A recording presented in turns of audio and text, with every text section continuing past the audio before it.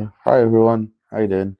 Um, for those of you that are watching this on YouTube, it's going to be uh, quite late my time. I'm still 5.5 hours ahead. As you can see from the background, I'm in a hotel in Jaipur in India.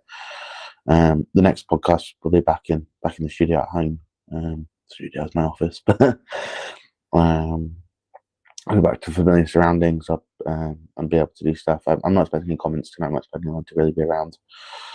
So I'm just going to kind of chat through a couple of thoughts that I have from the game. If you've got any comments yourselves, for those of you watching later, please do drop them in the comment box below. Again, there's probably not going to be I might do some music in the outro, and there's a little bit in the intro there. Somebody has joined, which I wasn't expecting. But I'm not going to be here for very long. Oh, it's Sam. Hi, Sam. I'm not going to be here too long. My iPad doesn't have that long on charging, so I'm just going to turn that down a little bit. There we go. I hope that will help. So yeah, for those of you listening, the reason the intros are a little bit chaotic is obviously tonight I don't want to start with the football. There are a couple of football bits that I want to go through, of course, especially about that dreadful first half performance tonight. But much like everybody else, I want to take the first couple of minutes here just to reflect, obviously, on the events of last Saturday, the abandonment game against Portsmouth, and by far the most important than the loss of Norman Barker, fans Norm, anyone that travels home and away, will at least know of Norm. I've had the chance to chat to him. He's one of the loveliest blokes you could ever hope to meet. We chat to anybody. It was wonderful with anyone and everyone. Was one of those fans that's been going for a really long time, but isn't elitist about it. Just a genuinely lovely bloke, and someone who I spoke to, quite a few times, using the coach a few years ago, waiting in Charlton. I quite often have a little chat with him, not about anything specific, just how's your day going, how's your morning, why is the bus late today, sort of thing. I think that the club have done, I think it was very professional. I think they handled themselves with real grace and class, and I think that's really, really important. But I just want to take the first couple of minutes here to just have a moment to reflect, to thank Middlesbrough fans for their sort of behaviour comparative to others, and I'm not going to get into that. It's not worth anyone's time. And for that perfect minute's applause, and especially for, fair play to the referee, who I have many criticisms of tonight, but for stopping the game and allowing that applause to happen. So I just wanted to take these first few moments just to kind of let that happen, but before we get in to talking about the football. So I think that's very, very important. So rest in peace, Norman. Fly high. And I know that he's probably pulled up to a TV set with the rest of our sort of lost family and friends from the Charlton family. So I just wanted to say that if you want some deeper reflections on Norm, the Chronicles episode this week, which I'm not on obviously, was really quite beautiful. I know some of the other podcasts have done some things in relation to Norm. So yeah, let's just take that moment and then we'll chat about the football. Okay, that first cut off was completely unacceptable. The tactics were wrong. The setup was naive at best, I think. I think that some players who have played pretty much week in and week out need a bit of a kick up the backside. I know there are players that probably need a break. I haven't been able to get one. So the AC here is causing me to have like real sort of coughing issues. So apologies, you may hear that if you're listening, because I've got a clip-on mic whilst I'm out here. I don't have my trusty stand mic. But yeah, I mean, I thought we went naive and set up. I think some players who are playing every week desperately need to give some heads a wobble. I'm not someone who comes on here and rages and rants and roves, and that's not what I'm intending to do tonight. I think the second half there were some positives. Even from some players I didn't play very well in the first. But I'm not going to become Nathan Jones out or anything stupid over a couple of defeats to sides that I think coming into the season we were probably expected to lose to anyway. We've got a few people coming in now. I wasn't expecting anyone to really come in. That's why I've come sort of live right afterwards. But hello. As you see from the background, I'm in Jaipur. I'm in a hotel room. It's currently 3:36 in the morning, so I'm not going to be on here for too long. Given my reflections. The shirt is just because I'm basically running out of clean clothes. I'm sounding looking smart there, pal. I'm basically running out of clean clothes when I'm visiting things like temples and different things, so I have to be sort of basically covered up. So yeah, that's what's up with the shirt. It's not that I'm trying to look particularly nice for the pod in particular. But yeah, I think it's easy with these things when you do sort of a podcast or you comment on things. There are players that I really like. Right, you start with those before you get to players that maybe you're a bit more iffy on. Connor Coventry back home. I've got a signed shirt hanging up. I thought he was absolutely dreadful tonight. It wasn't helped by the tactical setup, which we'll come to. Harvey Mills made a few tackles, had a few moments, but couldn't control the ball. Made Miles look dreadful. Miles wasn't great. First half, I thought he was very poor. Second half, maybe improved. TC was absolutely terrible. And I'm starting to wonder whether it's worth, sort of keeping him, playing him. Not because I think he's a bad footballer, but I think his confidence is gone. And I think trying to play him through it is detrimental at the moment. His head is down. He doesn't look particularly interested. The second goal is pretty unforgivable. At first, I thought he was trying to take a shot, and instead, he seems to pull out of a challenge. You can't do that at this level because they just break straight down that side. We don't have a fullback. Whisker goes through. Should the keeper do better? Actually, I think live, and if you've seen any of my tweets, I think probably he should, which is frustrating because I think that was the best 35 minutes. And I think the rest of the game was the best game that Kaminski has had in the Charlton shirt.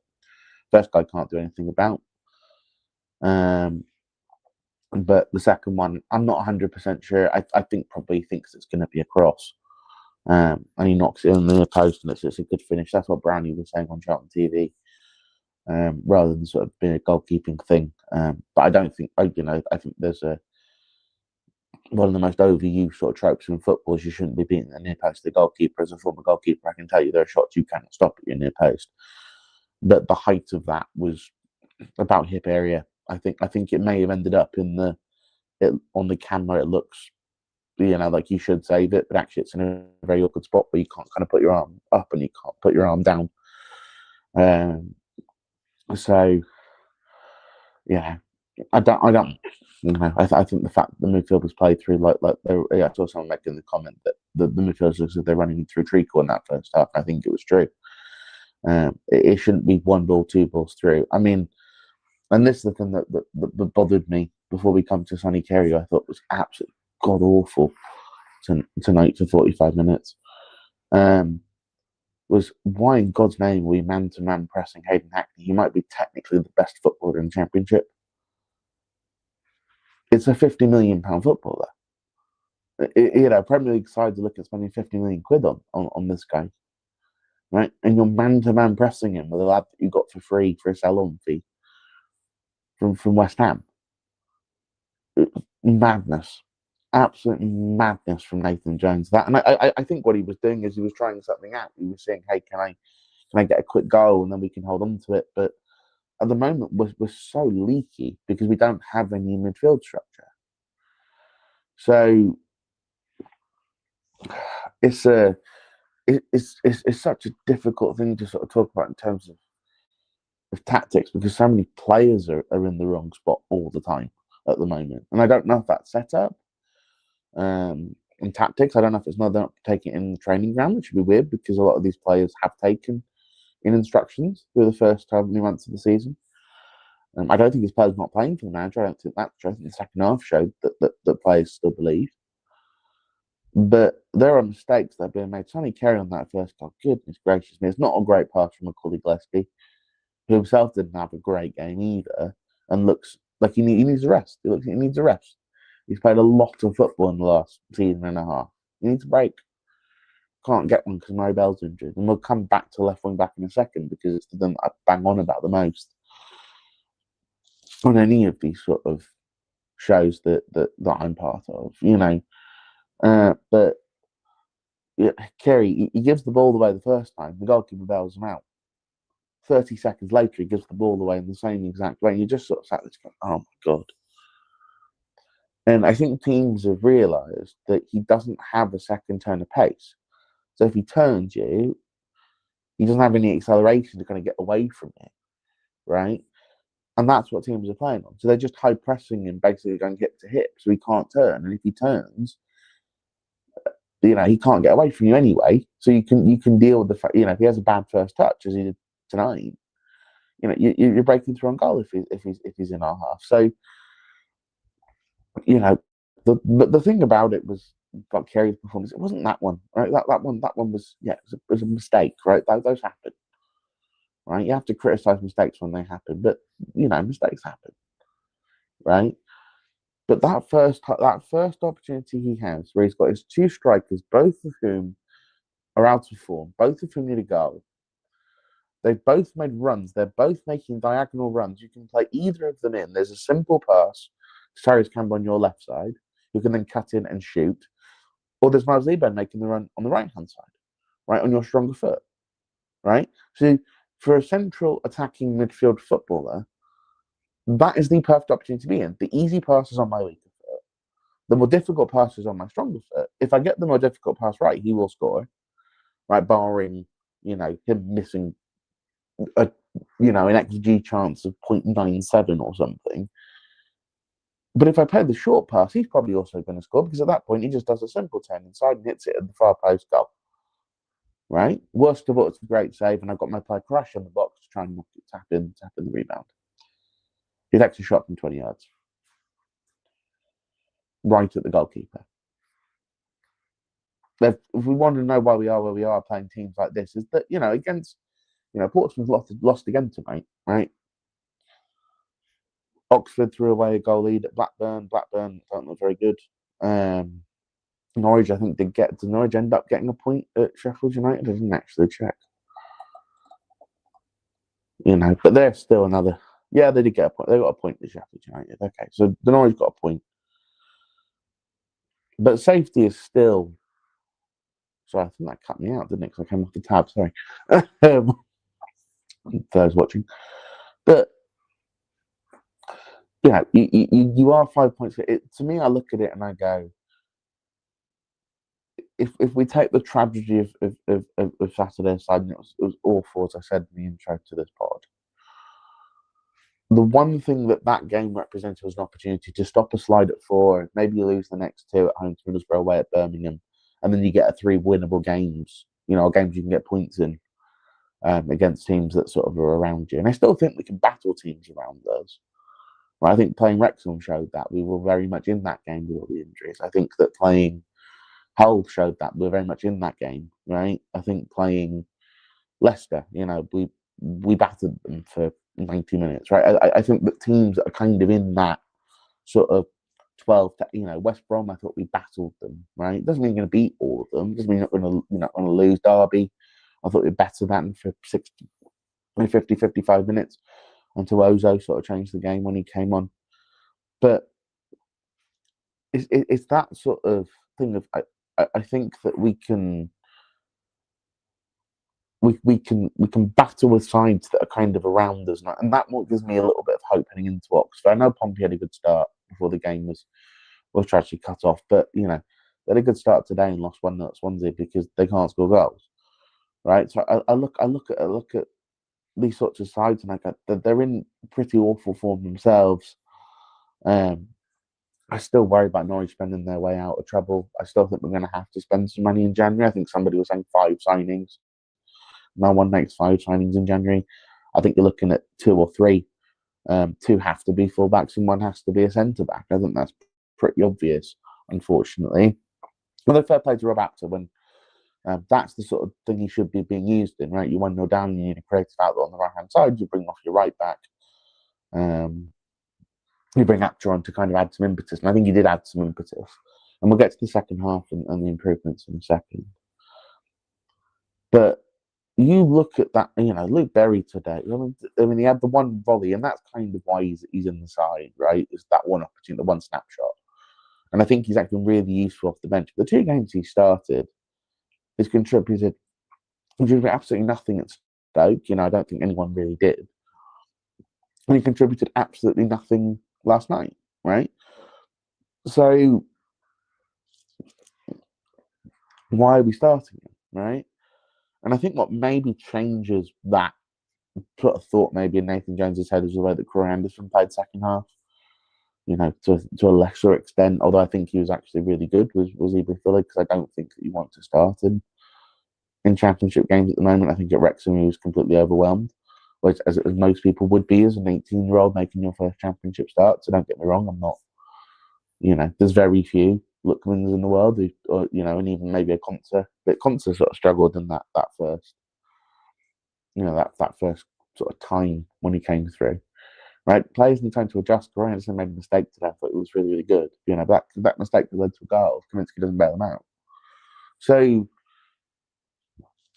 that first half, there are players who, Coventry, Carey, who are Gillespie, right, who are guaranteed starters. Right, TC, sorry, guaranteed starter. Miles starts quite often, right? To me, I'm looking at players that look tired, some of them.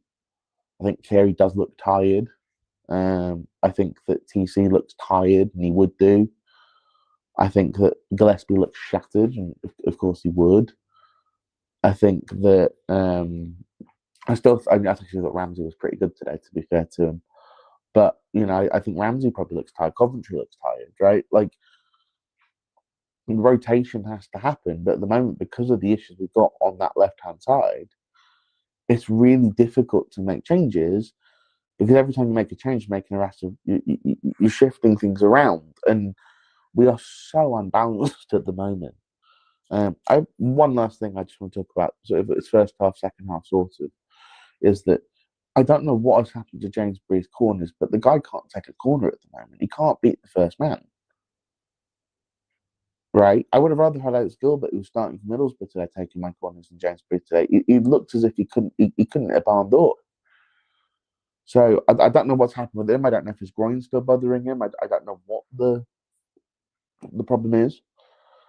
But for someone that's a set piece specialist, that's hugely concerning, right? That you can't beat the first man. But the 2 goals are soft. They're sloppy. Lack of fight. And I hate using that phrase. Everyone knows that I don't like using things like effort and fight and pride. I don't think they really get you anywhere, right? But I think in this particular instance, right, Paris Campbell not going for that ball on the second one. Sonny Carey, McCoy Gillespie rushing the pass into 2 men, right? Sonny Carey being completely unable to control the football pass from 3 yards away. right? And even when he was trying to turn, and one of the two players already moved out to block that turn off because he knows he's going to turn onto his right foot, right? Nibs not being able to make a 5-yard pass, right? Like Luke Berry just not getting on the ball at all, not being brave enough, right? Kaminsky not making a save at his near post, right? And again, maybe there's some mitigation on that. I think he did genuinely think he was going to cross it. Gillespie not getting back to deal with that issue because he's not quick enough, right? Like these are all problems that need solutions, right? And hopefully solutions before we head to St Andrews on Saturday, right? And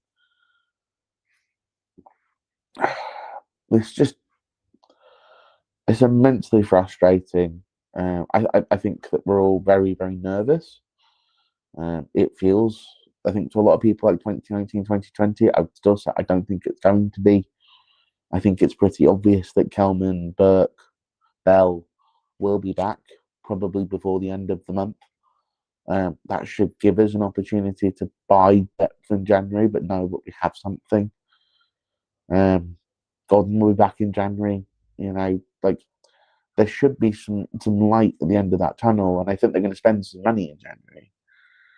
I just think that for anyone thinking they're going to buy a striker, anyone thinking they're going to buy an attacking midfielder, not at all. I think they have to buy a left fullback. This has to be done. And I think they have to buy a centre back, right? Or loan one. I've mentioned Tyler Bindon going back from Sheffield United to Nottingham Forest. That could be an option as a rotational centre back. But I've had what now? Almost 2 months, almost a month and a half of Keenan Goff. Who is an exciting young talent. Don't get me wrong, but Keenan Goff is my backup centre back and has been for 6 weeks. That shouldn't be happening in a championship squad. Right? I don't think it's money. I think there was more money available. I think they missed out on a few targets. I think Odionofia was quite obviously their centre back target, and he ended up choosing to go to Preston. I don't think that they necessarily thought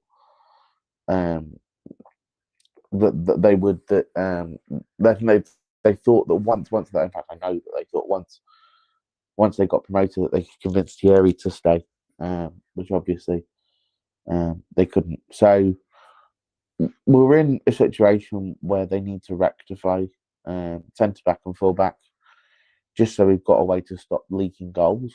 And then you have Burke for 2 months or whatever it is before he gets injured again. You'll have Bell for hope you can play Bell at centre back and not left wing back. Edwards will come back at some point in the new year. But that first half, the reason I'm talking about transfers after the first half, I haven't touched the second half, is that as Sam has put here, Norman would have found a positive from that result, a much better second half. I'm gonna try and look at some of the positives from tonight as well. First one, I think, is Nathan Jones making the changes. He realised that he got it wrong. He made the changes, half-time changes, 3 of them, and I mean, to take 3 senior players off and replace them, 2 of them were children, youngsters, and one of your main captain back on. Fair play to Doherty for coming on 2-0 down and getting stuck in. I actually thought he played reasonably well. He played reasonably well when he came on at Coventry as well, actually. But he needs to be starting. He's your club captain, so I don't know why that's changed. But clearly, Nathan Jones wanted to try something today, and the 3 camps didn't work. But it's take your best player over the course of the season. Sonny Carey's been our best player. Maybe other than Lloyd Jones, probably Lloyd Jones would be, to be fair. But if you to take off quote unquote your best player this season, or 1B in that conversation, and replace it with a child is brave. Whatever anyone says. Right, but he needed bite, he needed the energy in there, and I think they gave him that. I think that's why he wanted to play Anderson against Marlon Pack, and I can't remember the other guy's name for Portsmouth. Have some snap, some crackle in there. and I actually think Correa's passing looks a lot better. I know Dordre on the ball would give his development out, and a player of that age is going to make mistakes, and there's questions about having needing a player of that age to play against against championship sides, especially teams that is as good as Middlesbrough are, but needs must until January, and I think that there's every opportunity for Croy to get a couple of games here, but I thought Ibby was really good when he came on. I'm not gonna get into the thing of should an 18-year-old have scored his opportunity. To create his opportunity in the first place was good. To make that run was good. The finish, should it have been better? No, it was a top corner hit. Goalkeeper's made a good save. Lloyd Jones had one where the goalkeeper made a great save. I think it's called offside. I don't know if it actually was on the replay. I didn't quite see it clearly. It was very late at night, and I think I was probably going slightly the Lulu at that point. But Olafe misses another half chance. That's 7 in a row now. Chances missed. He scored 1 goal all season. Miles scored 1 goal all season. I thought he'd scored there, and I thought that actually, would have been a nice thing to take away. He has 2 goals, but it's no goal. Created actually really well by Rob Apter. Fair play to him. When you 1-0 down the player, that's really helpful to have.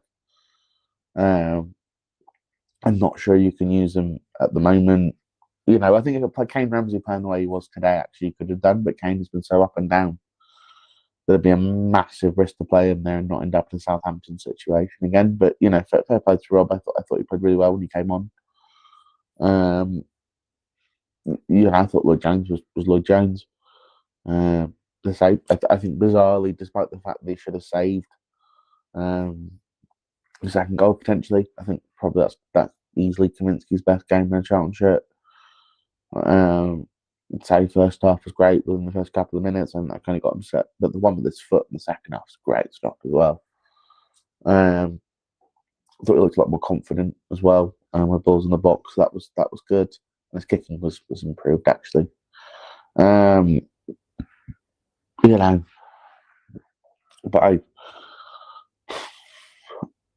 beyond that, I'm not going to have the TC conversation on this pod. We can have it later when there's people, I guess, in the chat. I'm sure I'll have it on the Chronicles on Sunday. If I can find a way to watch the Birmingham game, because I'm flying back Saturday. I'm sure we'll have that conversation. Is it a conversation that's going anywhere? I'm not sure it is. I think he's going to keep playing him. Do I agree with that decision? Actually, after tonight, probably not.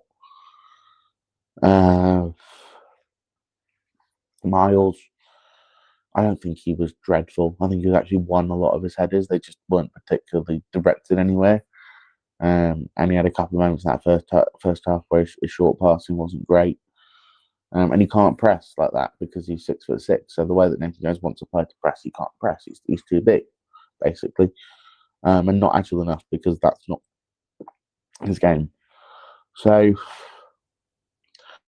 I wanted to come on here for about 10 minutes, and I've ended up on here for half an hour. But anyhow, more content for you guys, I guess. Where do I think we are? Am I in panic mode? No, I'm not panicking. I'm really concerned. I'm very intrigued before I sleep, depending on what time it comes out to hear Nathan Jones's post-match.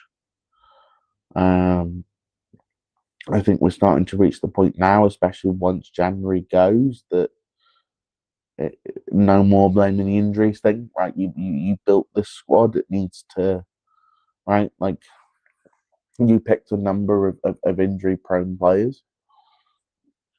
That's not a problem necessarily, but you thought you could keep them fit. If you can't, then that part of that's on you, right, for picking those players in the first place. Especially for a system that requires players to press high a lot. I think we probably, when we go to St Andrews, need to sit back a little bit. I think we probably need to absorb some pressure. We need to get through a first half without conceding a goal, because we haven't done that in such a long time. We need to really focus on defensive solidity before we focus on pressing patterns, because at the moment we're pressing high and the defence is getting absolutely overrun. So if you could say, either go back to the midfield trio of Coventry, Carey, Doherty, and don't mess around with it.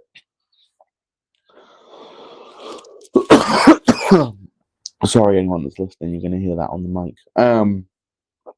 But not much I can do. The air conditioning's on here because it's like 28 degrees outside. But either you go back to that and it had some balance, or you figure out a balance, right? Maybe you want someone with a bit more snap, right, in the way that they play, like a Karoy. We'll find a way to get him in then, right? But whatever happens, we need to get back to something settled, because this constant rotation in the middle of midfield is causing issues. I am somewhat sympathetic at left wing back, right? But it baffles my mind that nobody thought, well, the first thing that I thought, I think if you go back and listen to my pre-season sort of podcast, I think I mentioned I really like the summer transfer window. Some players haven't come good in the way that I hope they would. I've been able to being a big one of those so far. I still think he can come good. But we need to go into January with a plan, and we need to go into January quite knowing who we want, how we're going to get them, and how we get them quickly. And we need to focus on, once this Birmingham game is out of the window, there's no more excuses, right? You look at Oxford at home, Norwich away, Pompey away. Those are the three, right? You look at those three games and go, look, if you get points in all three of those games, maybe you take 7 from those three. Right, maybe you beat Oxford, get a point at Carrow Road on Boxing Day, and then you go and win at Fratton Park or something. You're right out of it, right? 2 or 3 wins, and all of a sudden you're already straight back out of the problem. We're still 5 points clear. If we lose at St Andrews, right, we still can't drop into the relegation zone, and that's assuming Pompey win. They lost today away at 20th. So it's not that we're going to drop. I don't think we're going to drop into the relegation zone, probably at least until we play Pompey. So there's a little bit of time here, right, to right the ship. There's a little bit of time for players to come back, players like Callum, like Burke. But the moment that we hit January, we must be ready to buy players in the position we need. But look, I hope it's been somewhat informative. I'm sorry if it's not been the most structured thing in the world. It is 4:00 in the morning here. If you're listening to this on your way to work again, thank you so much for listening. I really appreciate it. I have some exciting news in the next couple of weeks, maybe in the new year. But if you're listening, if you watch this on YouTube, please do like and subscribe. It really massively helps me out. And if you're listening via the pod, Apple Music, please do leave me a review. It really helps me. If you're on Spotify, like the podcast, that would be fantastic. All right, I'm going to call it there because I need to go and get at least some sleep. As I say, because I've done this the way that I've done it, people haven't been able to do their comments live. So please drop your comments in the comment section. I'll try to respond to as many as I can. If you look here, you've got my tag for X. You're always more than welcome to message me on there, and I'll come back to you and have a conversation. I'm always happy to do so, and find out different things from different people. And I'll have to say, I have some news for people in the new year, which is all very, very exciting. But what is not exciting is losing 5 games in a row, and that's what Charlton Athletic have done over the last 4 weeks, 5 weeks, including the international break. And so we need to get this sorted out. And I'm not massively sure, if I'm honest with you, looking at that squad, how we do it now. The fixture list couldn't have been any harsher, really, at a time when we needed it to be softened. But the one plus about it is that if you price these in basically as losses anyway, you're still looking at the fact we're not halfway through the season. We're 2 wins from being halfway to the 50. Another win and we're halfway to the 50-point mark. So we're still on the way to maintaining our championship status. That's the most important thing. There are some teams down below us who don't look great either. As I say, Norwich is probably the biggest one of those that's You probably think they'll probably spend money in January to try and get out. You would think that, Portsmouth maybe won't, Oxford definitely won't. So you're probably looking at Norwich as the one that, and then one of those. I still don't think Swansea bad enough to finish down there, if I'm honest with you. And I don't think Sheffield United will be anywhere near it by the end of it. Blackburn don't look great, and games keep getting called off at Ewood Park. So there's a lot of moving parts, and obviously thanks to Sheffield Wednesday's plight, which I hope they get out of, by the way. But with their plight, obviously, it leaves just the two spots. You just need to be better than two of those sides. Do I think that's possible? Yeah, I do. And I think ultimately when the schedule softens a bit, I think hopefully we'll put some more points on the board. But that's what the Championship is, right? It's a roller coaster. It's up, down. It's all of those things. And we need to make sure that we stay behind the players. We stay behind Nathan Jones. I'm already seeing people losing their minds.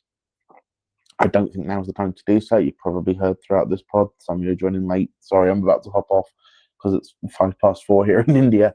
But please try not to lose your mind. It's difficult. I know. I'm in the same boat. I'm stressed. I think we all are. No one wants to be going back to playing Burton Albion again. But yeah. So there should also. I didn't mention this. There should also there'll be about £1 million in the club's account as well that they'll get for January. They can price in thanks to that Chelsea FA Cup draw, which is great to finally get. To get a big boy at the Valley. We should be about £1 million in that for the football club. So, TV money, ticket money, Chelsea's gate, all the rest of it. There should be plenty of cash in it for us. They just need to make sure that they spend it wisely. I wouldn't mind getting a couple of wily old vets just for 6 months, just to get us through to the summer before we make what I think will be pretty wholesale changes to this squad. I think even if we stay up in the Championship, I think there are players quite clearly you'll want to start looking at moving on in the summer who maybe have skill sets better suited for a different division. Okay, as I'm going to go now. But again, just wanted to take a moment and pay my respects and say, rest in peace, Norm. Fly high, and rest easy. Thanks, everybody.